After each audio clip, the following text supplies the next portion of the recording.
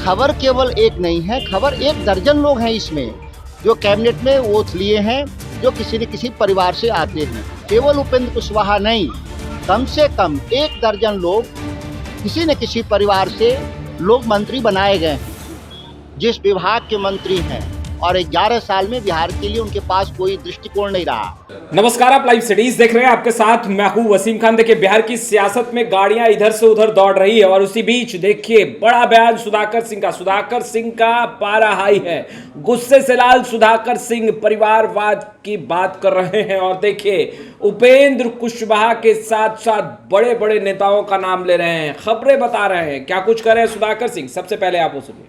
जिस तरीके से चुनावी अभियान में जिन मुद्दों के आधार पर लड़ा गया, उसमें आप देखेंगे कि किस तरीके से मोदी जी लाचार हैं। और बिहार के भीतर केवल उपेंद्र कुशवाहा नहीं, कम से कम एक दर्जन लोग किसी न किसी परिवार से लोग मंत्री बनाए गए हैं।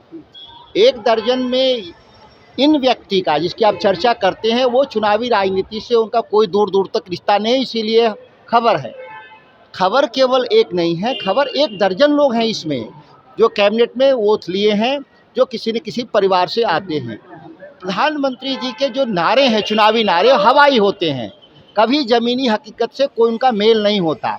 और केवल यही नहीं, अब आप आके देखेंगे कि किस तरीके से बिहार को गुजरात मॉडल के तौर पे बिहार को चलाने का प्रयास करेंगे, जहां अथॉरिटी प्रधानमंत्री के पास होगा, बिहार के मंत्री या मुख्यमंत्री नाम मात्र के होंगे। एसआरआई को लेकर सर बंगाल में ममता बनर्जी काफी नाराज हैं, कह रहे हैं कि केवल बंगाल नहीं, पूरे देश के लोग नाराज हैं। एसआईआर के जरिए एक कमिटेड वोटर लिस्ट आरएसएस और भाजपा के द्वारा तैयार किया जा रहा है, जिसमें करोड़ों मतदाता मूवेबल हैं, जो दिल्ली में भी वोट करते हैं, पटना में भी वोट करते हैं, कल कोलकाता में भी वोट करेंगे।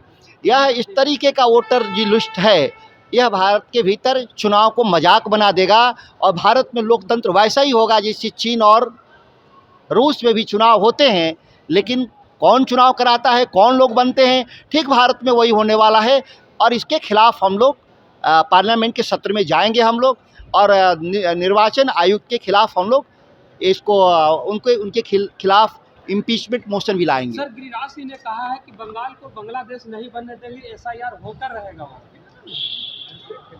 अब ये गिरिराज जी जिस विभाग के मंत्री हैं और 11 साल में बिहार के लिए उनके पास कोई दृष्टिकोण नहीं रहा, तो इस तरह के बात से ही उनकी राजनीतिक रोजी रोटी चलती है।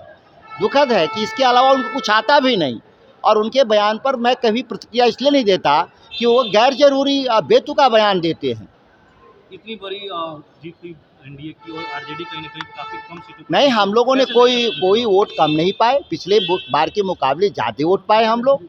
लेकिन दो चीज़, एक वोटर लिस्ट जो एसआईआर में धांधली हुआ, जिसमें 72 लाख हमारे मतदाताओं को बाहर कर दिया गया जो महागठबंधन समर्थक थे। और दूसरी बात, सरकार के पैसे से मतदाताओं को, खासतौर से महिला मतदाताओं को प्रभावित करने का काम हुआ। इस तरह से लेवल प्लेइंग फील्ड नहीं होने के चलते चुनाव का परिणाम जो आया है, वह इसी तरह का परिणाम आएगा। देश स्तर पे मैं बात कर रहा हूँ, इससे कोई दूसरा रिजल्ट नहीं आएगा। जब सरकारी साधनों से सत्ता पक्ष मतदाताओं को चुनाव के आन वक्त पे प्रभावित करने का प्रयास करेगा, तो चुनाव आदर्श आचार संहिता का कहाँ गया कानून।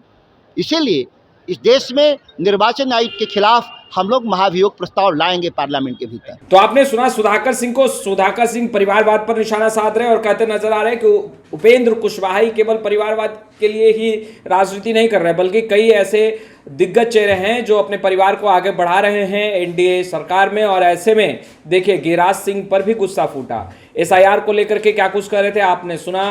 गाड़ियां इधर से उधर दौड़ रही हैं और सुधाकर सिंह का पारा हाई है, गुस्से से लाल, बहुत कुछ कर रहे हैं। फिलहाल इस वीडियो में इतना ही। आपका बहुत बहुत शुक्रिया।